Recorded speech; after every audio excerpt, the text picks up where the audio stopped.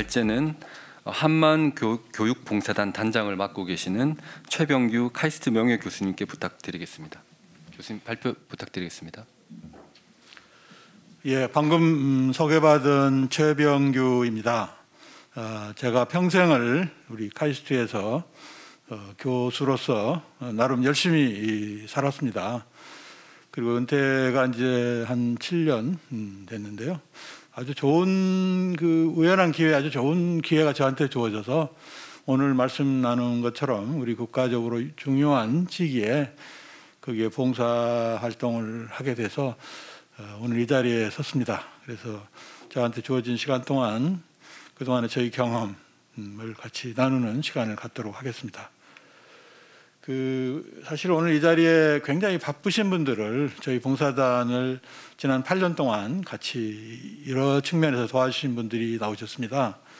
그래서 이 가나다 순으로 소개를 드리는데 우리 전 경남과기대 김남경 총장님은 은퇴하시자마자 사모님과 함께 경남의 이 다문화 자녀 교육에 발벗고 하셨습니다.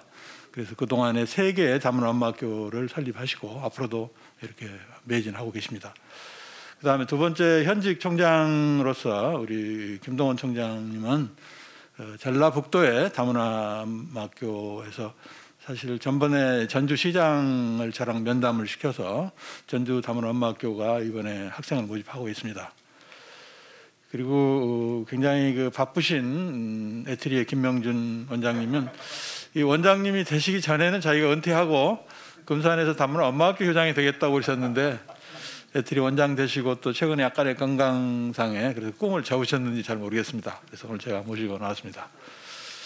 그리고 저희가 2014년에 대전에서 다문화 엄마학교 사업을 시작할 때 학생 모집하기가 매우 힘들었는데 그때 산파 역할을 하고 대전 다문화 엄마학교 1회 입학생이고 졸업생으로서 현재는 저희 전국적으로 졸업생이 한 1,200명 됩니다. 아마 거기에 총 동창회장을 하시는 막강한 분이십니다. 그리고 저랑 아주 아까 결혼보니까 한 52년 됐다는데 1, 2년 선후배 사이로 서울대 박진우 교수가 제가 3학년 2반 담임인데 박 교수님 3학년 4반 담임이십니다. 그리고 우리 양태열 교수는 대학 때부터 알던 후배라면 후배신데 2015년에 서울의 성북의 다문화 엄마학교를 어렵게 해서 지금까지 끌고 오는 아주 대단한 분이십니다. 그리고 이석봉 대표님은 저희가 2014년에 저희 봉사단 창립총회 때부터 또 2015년에 제1기 우리 엄마학교 입학식 때부터 꾸준히 기자도 보내고 본인도 오셔서 저희 봉사활동을 인터넷을 통해서 세상에 알리신 분이십니다. 그래서 오늘 또 이렇게 모셨고요. 그리고 마지막으로 이 다문화 아빠 한 분을 제가 경북도청 소개로 갔다가 포스코 홀딩스 회사 이름이 바뀌었다는데 차장님이신데 특별히 오늘 나오셨습니다. 감사합니다. 그래서 시간이 좀 타이트해서 제가 좀 빨리 진행하겠습니다. 제가 최근에 타임지에서 표지 인물들을 우연히 보다가 이 앨런 머스크는 여러분이 잘 아시죠? 아주 올해의 인물로 2021년 그리고 또 같은 호에 올해 영웅으로 선정된 분들인데 여러분 아마 다 맞으셨겠지만 이분들이 파이저하고 모더나 백신을 개발한 분들입니다. 그래서 이 카탈린 카리코라고 하는 분이 가장 선구적인 역할을 하신 분이더라고요. 그리고 여러분들 가상화폐에 관심 있겠지만 가상화폐 왕자라고 불리우는 이분 28살인데 이분들의 공통점이 뭘까? 그래서 제가 조사를 해보니까 첫 번째 이 카리코는 포닥으로 미국에 오셨고요. 남아공에서 머스크는 카나다에 유학을 왔고 지금 비터린 이 왕자는 부모가 이민을 왔어요. 그래서 우리 요즘 기준으로 하면 이 다문화 가정이십니다. 세 분 다. 그래서 미국과 캐나다에서 가장 주목을 받는 다른 분야의 세 분이 다문화라는 것을 상기시켜 드립니다. 그리고 제가 사람들을 만나면 야 우리 애도 힘든데 왜 다문화냐 이런 얘기를 많이 하십니다. 이 사진은 저희 카이스트에서 우리 다문화 엄마학교 자녀들을 행사 때 찍은 사진입니다. 한마디로 말씀드리면 질문이 아닙니다. 우리 다문화 학생 우리 학생입니다. 여러분 가정에 며느리를 뭐 서울분이 전라도 며느리 얻을 수도 있고 경상도 며느리 얻을 수 있는 것처럼 베트남 며느리를 얻을 수 있습니다. 그래서 다문화 학생은 우리 학생입니다. 그리고 이제 우리가 오늘 주제가 인구 절벽이기 때문에 이거에 대해서 제가 나름 공부를 좀 해보려고. 그래서 우리나라에서 인구 절벽 대응이 뭘까? 그래서 가장 최근에 나온 YTN 뉴스는 그 생산 연령 인구의 감소가 큰 위협이다 이렇게 말하고, 이 대응 방안으로 정년을 늘리고 영아 수당을 증액한다. 이게 아마 이 뉴스의 골자였습니다. 말이 되는 것 같기도 하고요. 반면에 그럼 이제 우리가 캐나다나 미국은 어떻게 대응하고 있나? 그래서 역시 금년 2월에 매경에 나온 뉴스를 보면 캐나다는 5년 새 인구가 5.2% 늘어났답니다. 그 주 원인은 이민 유입으로. 미국은 가장 최근에 타임 주간지에 보면은 미국이 인플레이션이 6.1% 이런데 그걸 잡으려면 이민을 늘려야 된다 하는 기사를 봤습니다. 매년 150만 이상 이민을 받다가 이렇게 줄어들어서, 그리고 또 하나 그 요즘 뭐 우크라이나 사태도 있어서 난민이 되는데 이 통계를 보면서 캐나다는 근 50%를 난민을 받고 있고 미국은 한 25%, 우리나라는 기록적인 것 같습니다. 1.3%를 받고 있습니다. 그래서 어떻든 간에 미국과 캐나다는 인구 절벽 문제를 이민과 난민 수용 정책이 주가 아닌가 싶습니다. 그리고 이제 우리가 교육봉사단을 하다 보니까 다른 나라에는 없나 하고 조사를 해봤는데 제가 많이 조사는 못했고요. 미국에는 있습니다. 30년이 넘은 교육봉사단이 있는데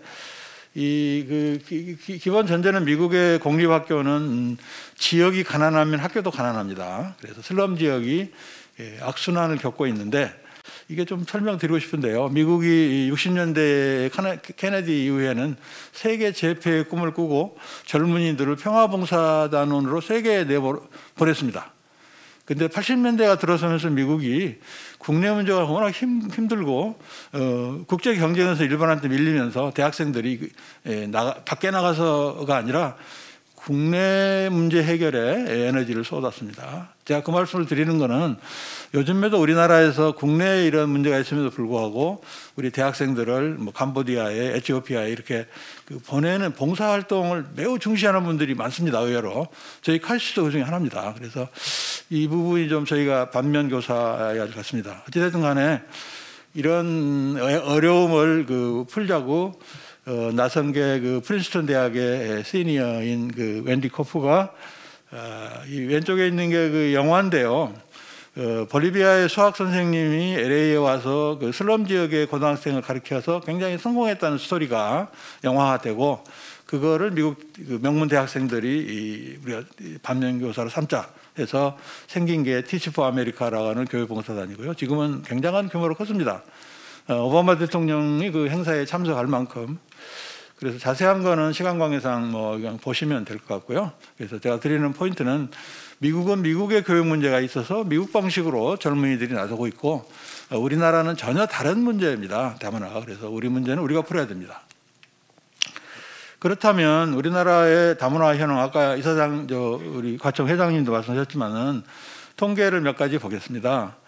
지금 이제 아이가 낳으려면 이제 결혼을 해야 되는데, 이제 다문화 결혼이라는 게 이제 물론 남자가 이제 우리나라 여성분이 외국 남자 그런 경우도 있지만, 많은 경우는 결혼 경쟁력을 떨어진 분들이 이제 외국에서 신부를 맺는, 오늘 발표하실 이 차장님 같은 분은 이제 영국에 유학 갔다가 자기들끼리 만난 경우니까 좀 다르고요. 그래서 시골 가면은 굉장히 심각합니다. 시골에 시골을 버티고 있는 노총각들이 장가를 못 가니까. 어찌됐든 그 수요가 많아서 지금 쭉 퍼센테이지가 늘다가 코로나 때문에 지금은 줄고 있습니다. 어찌됐든 피크 때는 10% 정도까지 갔고요. 그것이 결국은 이제 출산으로 연결이 돼서 우리나라 2020년에 6%의 신생아의 6%가 다문화 가정에서 태어난 겁니다. 이거를 조금 지역별로 보면은 전국이 경기도가 딱 전국의 절반이고요. 남쪽으로 갈수록 제주도, 전라남도, 전라북도 이쪽으로 갈수록 보시는 것처럼 다문화 출생률이 매우 높습니다. 그래서 그 농촌에 가면은 공동화라 그러죠. 비열 가구, 초등학교가 없어지고 이런 거를 이 다문화 가정이 지탱해주고 있다 말씀드립니다. 그리고 이제 농촌은 아니고 우리 산업 현장과 우리 과총의 그 인력 공급, 과학기술 인력 공급 관점에서 보면은 잘 아시는 것처럼 많은 언론들이 우리나라의 농장, 공장이 말하자면 대기업에서 2차, 3차 벤더로 내려가면 외국인 근로자가 없으면 공장이 돌아가지 않습니다. 건설 현장도 안 돌아갑니다. 심지어 제가 잘 아는 분인데요. 순천에서 이 돼지를 키우는데 이 양돈장에 16명 전원이 외국인 근로자라고 그럽니다. 그래서 우리 산업이 이미 이 다문화 외국인 근로자의 그 도움이 없이는 안 돌아가는 구조가 됐습니다. 그럼 이제 교육 그 쪽은 어떤가?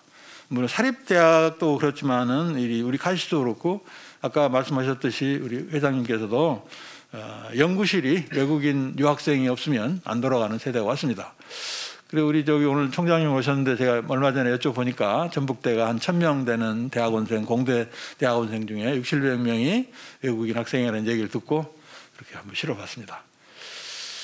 그리고 이제 우리 공교육이라고 해서 초중고등학교에 다문화 학생이 한 16만 명이 2021년 교육부 통계에 나와 있습니다.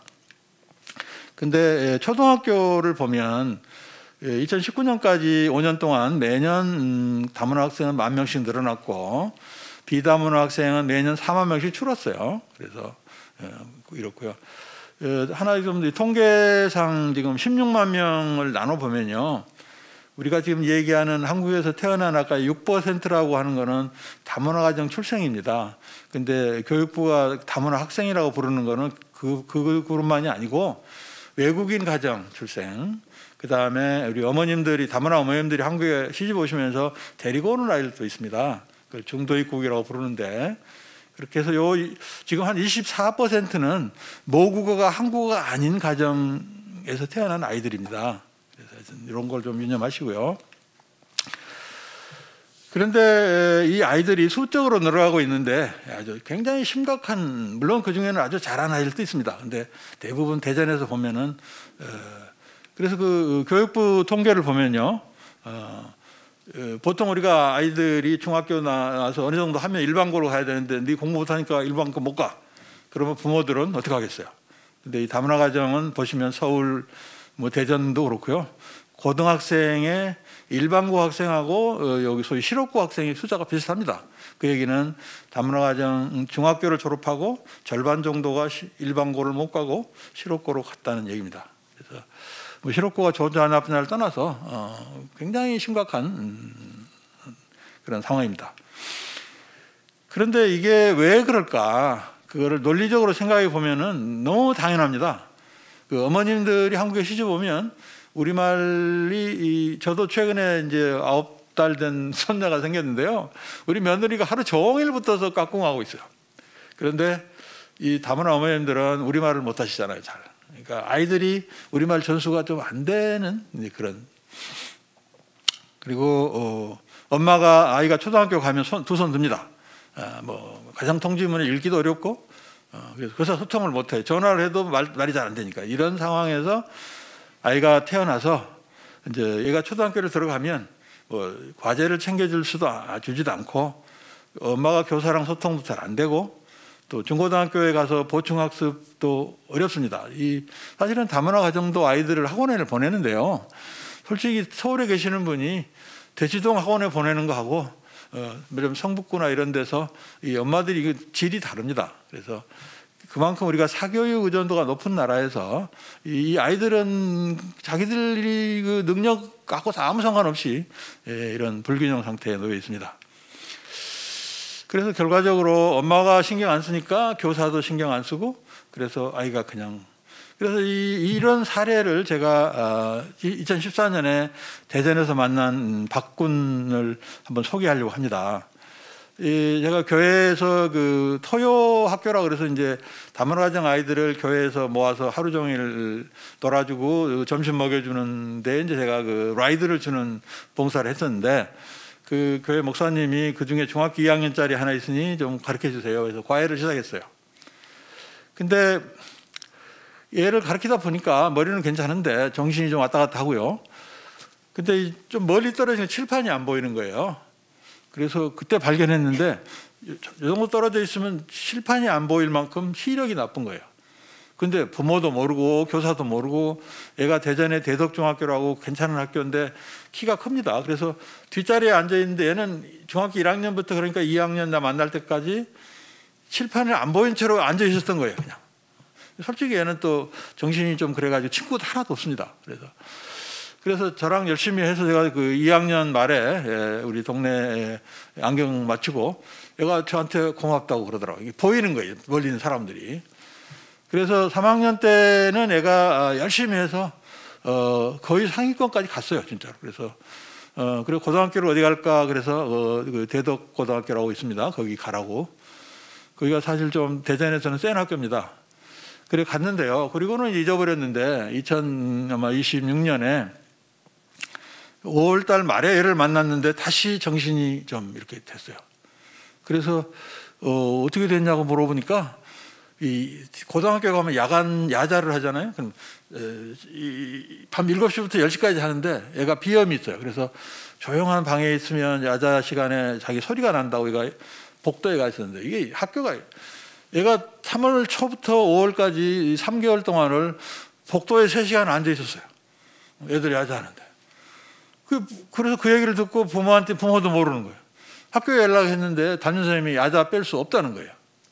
하여튼 그래서 제가 교장 선생님을 찾아가고 해서 이제 얘를 데리고 제 방에서 야자를 했는데요.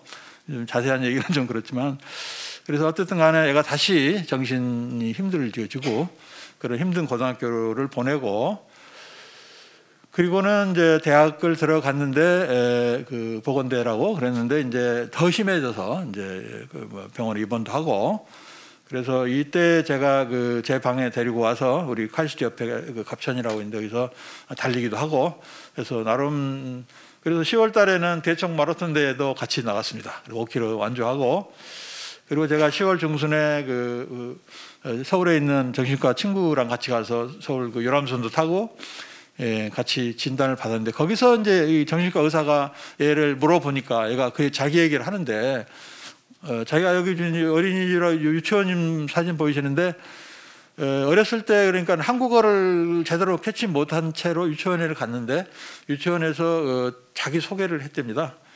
그래서 자기는 우리말을 잘 안 되니까 영어로 했어요. 그러니까 유치원 딴 애들이 완전 이게 동물 보듯이 하니까 자기가 그때부터 입을 닫고 그러니까 유치원부터 초등학교까지 말을 안 하고 지냈답니다. 하여튼 그래서 좀 제가 좀 너무 심하게 말씀드린 것 같지만 우리 사회가 그냥 신경을 안 쓰는 과정에 이렇게 됐고요. 지금은 많이 좋아졌습니다. 그래서 제가 코로나 지나고 지난 2월 말에 같이 식사하고 제가 몇 가지 이렇게 좀 바람을 좀 넣었어요. 그래서 아마 졸업반인데 잘할 걸로 기대가 됩니다. 그래서 제가 말씀드리는 거는 이건 좀 극단적인 케이스지만 이런 아이들이 우리가 그냥 사회에 방치하고 있지 않나 그래서 말씀드렸습니다. 근데 이게 그냥 가만히 지금 다문화가정 아이들이 초중고등학교에서는 선생님들이 신경을 안 쓰는 이유가 뭐냐면 애들이 가만히 있습니다. 전혀 말썽을 안 일으킵니다. 그러니까 신경을 안 쓰는데 사실은 얘네들 그 내면적으로는 어떤 에너지가 쌓이리라고 보입니다. 왜 그러냐면 아이들이 이제 초등학교 4학년, 5학년 되면 이제 성적이 중요해지고 학교에서 힘들면 집에 와서 엄마한테 원망하고 무시하고 그래요. 엄마랑 싸우고. 그리고 이 사진은 저희가 2016년에 그 TVN에서 저희 촬영할 때 건데요. 이 엄마들이 그 얘기를 하면 울어요. 막. 그래서 이게 제 생각에는 이 아이들이 이렇게 엄마를 무시하고 원망하면서 자라면 사회에 대해서도 좀 반감이 생길 거다. 그래서 애들이 자라서 지금 우리 초등학교 1년에 2만 명이 들어갑니다. 2만 명이 걔들이 이제 지나고 나면 군대에도 가고 다 그럴 텐데 그래서 그런 큰 사회적인 위험 요소도 있다는 걸 말씀드립니다. 그렇다면 이걸 어떻게 해결할 건가? 그래서 처음에는 저도 뭐 별 아이디어가 없었는데요. 제가 2014년에 이 문제를 발견하고 그 다문화 중학생, 초등학생을 이렇게 가르친 선생님을 만났는데 그 선생님이 그러더라고요. 이 아이들이 숙제도 안 해오고 뭐 공부를 못 하는데 그러면 이제 선생님이 집에 엄마 전화하면 엄마가 전화 안 받고 아빠한테 하세요. 그러고 아빠도 전화 안 받고 그 상태가 되면 교사가 할 수 있는 게 없답니다. 그래서 그 교사가 결국 이 어머님들은 자기네 나라에서는 그래도 고등학교, 대학 나온 분들이 많습니다. 그래서 이 어머님들을 훈련시켜서 우리가 젊은이 훈련시켜서 국방에 보내는 것처럼 자녀 교육에 투입해야 됩니다. 그렇게 해서 이제 그 선생님들이 팀을 이루어서 엄마 교육하는 프로그램을 만들었는데, 그게 결국 사회가 나서는 공교육, 사교육 말고 사회적 교육인데, 이 피터 드러커의 책을 보니까 이 사회 문제 해결은 사회 부문이 나서야 된다. 국가라고 하는 공공하고 기업 두 개만 가지고는 안 된다. 이분이 주장하셨어요. 굉장히 공감을 합니다. 그래서 이제 공대 교수니까 모델을, 그러면 우리가 뭘 어디까지 할까? 그래서 먼저 현황은 이게 심하게 이렇게 기울어진 방치된 아이들을 우리가 어떤 방식으로든 잘 교육을 시켜서 대학에 가서 역할을 하게, 다시 말해서 대학에서 선발하고 싶은 아이들을 뽑자. 그래서 이런 교육 공급망을 구축하자 하는 게 저희들의 목표였습니다. 그래서 아까 초등학교 선생님 말씀처럼 초등학교 과정 자체는 엄마를 훈련시켜서 엄마 가게 하고, 지금 요즘에 이 초등학생 데려다가 밖에서 교육하는 프로그램이 많은데요, 효과가 없습니다. 그래서 그 다음에 중고등학생이 되면은 원래는 대학생으로 하려고 그랬는데 대학생들은 잘 신뢰도가 떨어져요. 그래서 결국 제가 교수이기 때문에 이공계 교수님들이 맡기로 하자. 그렇게 해서 한마음 글로벌 스쿨이라고 하는 중고등학교 과정하고 다문화 엄마학교라고 하는 초등학교 과정을 개발하게 됐습니다. 그렇게 해서 많은 시행착오를 거쳐서 지금 왼쪽에 보시는 것처럼 그 다문화 엄마학교의 그 7과목의 콘텐츠 개발은 초등학교 교사들이 훌륭한 분들을 뽑아서 그분이 하시고, 그 교육 서비스 제공은 이제 은퇴에 가까운 중고등학교 선생님들 또 일반 분들이 하시고, 그런 사회적 교육 모델이 됐고요. 그 중고등학생 가르치는 프로그램은 영어하고 수학의 그 콘텐츠는 현직 교사들이, 예를 들어 지금 고등학교 개발은 대전과학고 선생님들 하고 계시는데요, 그렇게 하시고, 그 서비스는 서비스라는 게 결국은 이제 온라인으로 대부분 커버하고 2주에 한 번씩 이렇게 지금 원격으로 수업을 하는데, 대학 교수가 하는 모델로 했습니다. 두 가지가 있는데요. 하나는 중고등학생 영어 수학을 설명하려면요, 그 이공계 교수가 아니면 어렵습니다. 그래서 저희도 힘들어요, 사실은. 그 다음에 이 아이들한테 롤 모델로, 과학기술 롤 모델로 교수님 그렇게 해서 좀 출발하고 있습니다. 그렇게 해서 저희 한마음 교육봉사단이 출발을 했습니다. 그래서 현재 이 사무처에는 제 단장 저하고 같이 오셨지만 우리 사무처장님하고 사무팀장, 그리고 실무를 챙기는 두 분이 있습니다. 그래서 풀타임으로 일을 하고 있고요. 근데 사실은 이게 그냥 사무실의 근무만이 아니라 꾸준히 24시간 그 7일 동안 돌아가는 게 뭐냐면, LMS에서 온라인 지금 현재 이 시점에 한 220명의 엄마들하고 한 140명의 중학생들이 접속해서 공부를 하고 있습니다. 그 공부하는 과정에서 의문이 생기면 카톡에 질문 올리고 그렇게 있습니다. 그리고 이거 아까 말씀드렸듯이 이제 콘텐츠를 개발하고 엄마학교 수업을 담당하시고, 그다음 한마음 글로벌 스쿨, 여기에 이제 교육자들이 한 100명 정도가 봉사를 하고 계십니다. 보시는 것처럼 54명이 절반 이상이 우리 과학기술계 교수님들하고 두 분은 연구소연구원이십니다. 그래서 대충 설명이 드린 거고요. 저희 봉사단에는 한 19분 정도 임원이 계시고, 뭐 조직도는 다른 데처럼 갖추고 있습니다. 그리고 그동안에 2015년에 처음 우리가 엄마들 교육을 시작해서 지금 2021년 작년 말까지 1138명의 졸업생을 배출했고요. 우리 목표는 아이들이잖아요. 그래서 그 가정의 자녀가 2125명으로 집계가 됐습니다. 그리고 이 중에서 얘들이 이제 중학교에 들어오면 저희가 이제 중학교 프로그램을 하는데, 처음에는 2016년부터 대전에서 대면으로 수업을 했었는데, 코로나가 오면서 이제 원격으로, 저희한테는 이 코로나가 엄청난 기회를 준 겁니다. 그러니까 줌이라고 하는 그 원격 교육 시스템이 없었으면 힘들었을 거예요. 그래서 잘 만들었어요, 줌은요, 정말. 그래서 지금 현재는 금년 봄에 137명을 뽑아서 이렇게 수업을 하고 있습니다. 그래서 거기에 누가 참여하느냐? 우리 히어로인 저까지 포함해서 31분입니다. 그래서 25명, 반이 25개이기 때문에 담임 한 분씩 맡아서 지금 출석 수업이라고 해서 원격으로 수업을 지난 주말에 2회째 했습니다. 그래서 통계를 보면 지금 카이스트가 제일 많고요. 제가 막 팔을 비틀어서 그리고 선문대, 한국공학대, UST가 그 연구단지가 하는 대학입니다. 그렇게 해서 쭉 대학들이 있는데요. 하나 재밌는 거는 미국 데이턴, 오하이오주에 있는 데이턴 대학에 있는 젊은 산업과학 교수도 하고 있습니다. 미국에서도. 왜냐하면 원격이니까 문제가 없습니다. 그래서 지금까지 저희가 지금 우리 교육 모델을 개념적으로 설명드렸는데, 드디어 우리가 제품 농산물 같으면 뭐 씨앗을 뿌려서 열매가 나오는 것처럼 엄마학교를 시작해서 그때 그 엄마가 지도하겠다는 저 옆에 보이는 아이, 이 당시 초등학교 6학년인데 애가 드디어 금년에 대학을 들어갔습니다. 그래서 그 사이클을 한번 설명드릴게요. 제가 허진규라는 아이인데요. 그래서 이제 1학년 때 애들을 데려다가 1학년 아까 우리 현재 항마은 글로벌 스쿨 수업을 시작했고요. 사실은 얘네들은 저희가 그 이듬해 서울에 수학여행도 같이 왔습니다. 그래서 경북 지금 사진도 있고요. 그리고 애들이 3년간 열심히 하고 중학교를 졸업하고 이제 고등학교 입학 기념으로 제가 뷔페에서 저녁을 산 기념 촬영을 했고요. 그리고 이제 얘네들이 이번에 대학을 갔습니다. 3명 다. 그래서 그 중에 한 명은 저희가 우리 교수님 한 분이 그 장학금을 기탁해서 고3짜리한테 한 명을 300만 원씩 주는데 그 김윤기라는 아이는 지금 아주대 소프트웨어학과에 입학을 했습니다. 상당히 경쟁력이 있는 학과더라고요. 그리고 나머지 2명은 충북대 하나, 목포대 하나 갔습니다. 그래서 저희 생각에는 이 아이들이 이제 드디어 저희가 교육 모델로 쭉 거쳐서 그래도 당당하게 국립대학에 입학을 했습니다.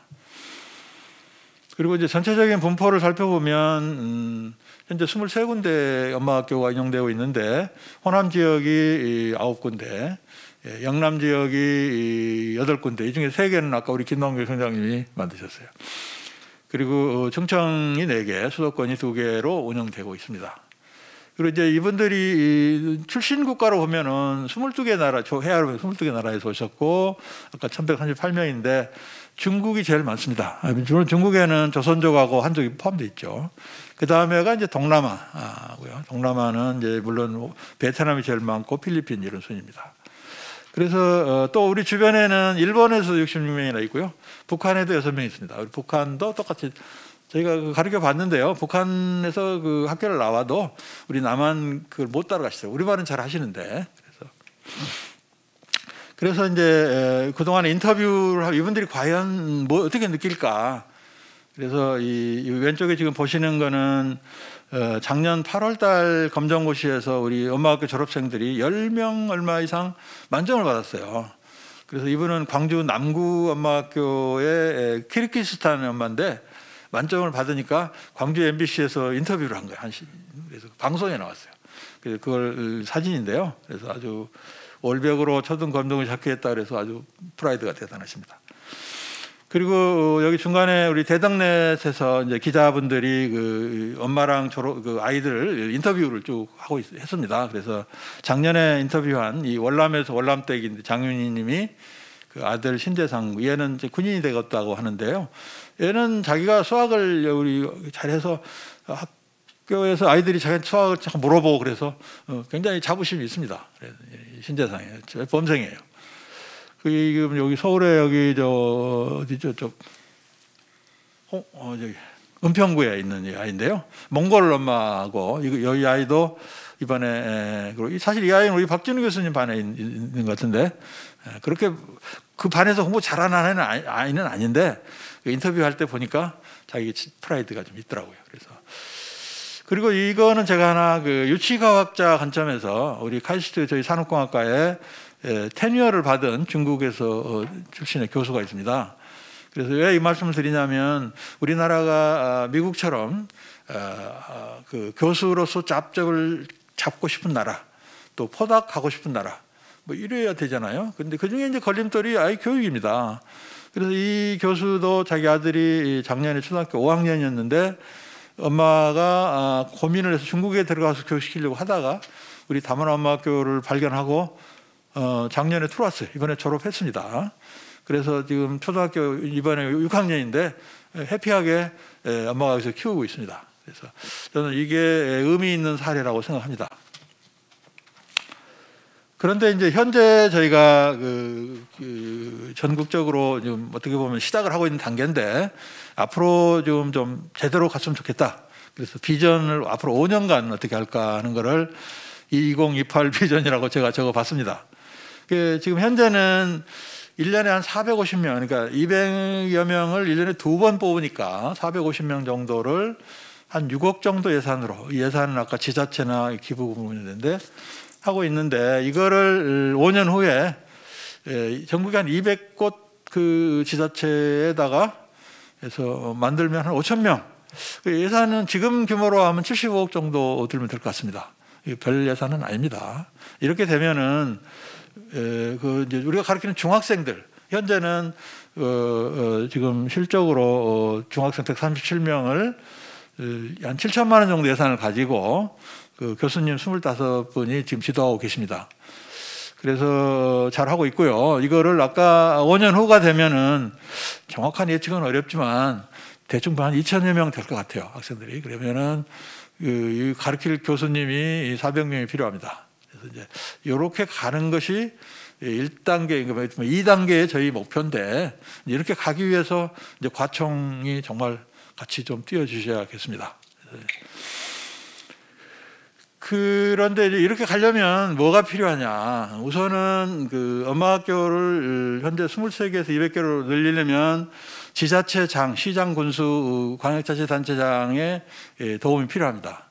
근데 다행히 이쪽은 맨 먼저 도움을 주신 분이 이제 대구 교육감, 대구시 교육감. 사실 이 강은희 교육감은 박근혜 정부 때 여성가족부 장관이셨습니다. 이제 그때 뵀는데요. 그 옆에는 달성 군수, 그래서 달성 엄마학교 입학식 때 찍은 사진인데 이분들은 전적으로 잘 운영되고 있습니다. 그 다음에가 2019년에 전남 김영록 지사를 면담을 해서 할 얘기는 많은데요. 아무튼 결론적으로 이분이 전라남도 22개 시군에 엄마학교를 다 만들어주세요. 저한테 전화도 하셨어요. 그래서 이번에 아마 6월 달에 재선에 나오시는 것 같은데 되시면 목표로 삼고 있습니다. 현재는 8군데가 있는데요. 그리고 광주광역시의 남구청장에서 뭐 좋다 그래서 지금 남구에도 엄마학교, 아까 거기 키르기스탄 남구역입니다. 그래서 그리고 우리 옆에 공주시장하고, 그런데 지난번에 우리 이용숙 차장님이 소개를 해주셔가지고 대구 경북 도청에 가서 이철우 지사님과 고급 공무원 앞에서 강연을 했는데 이철우 지사님도 경북의 지자체의 엄마학교. 그래서 지금 지자체장들의 의지는 어느 정도 긍정적인 것 같습니다. 기대가 됩니다. 그런데 그것이 반대로 지금 잘 안 되고 있는 이유가 아까 우리가 걱정하는 거는 담임 교수 확보, 2028년까지 한 400명이 필요한데, 근데 해보시면 좋습니다. 아마 박진우 교수님도 자기 손자, 손녀 같은 아이들한테 할아버지라는 얘기 안 듣고 교수님이라는 얘기 들으면서 가르치면요, 재밌습니다. 그래서.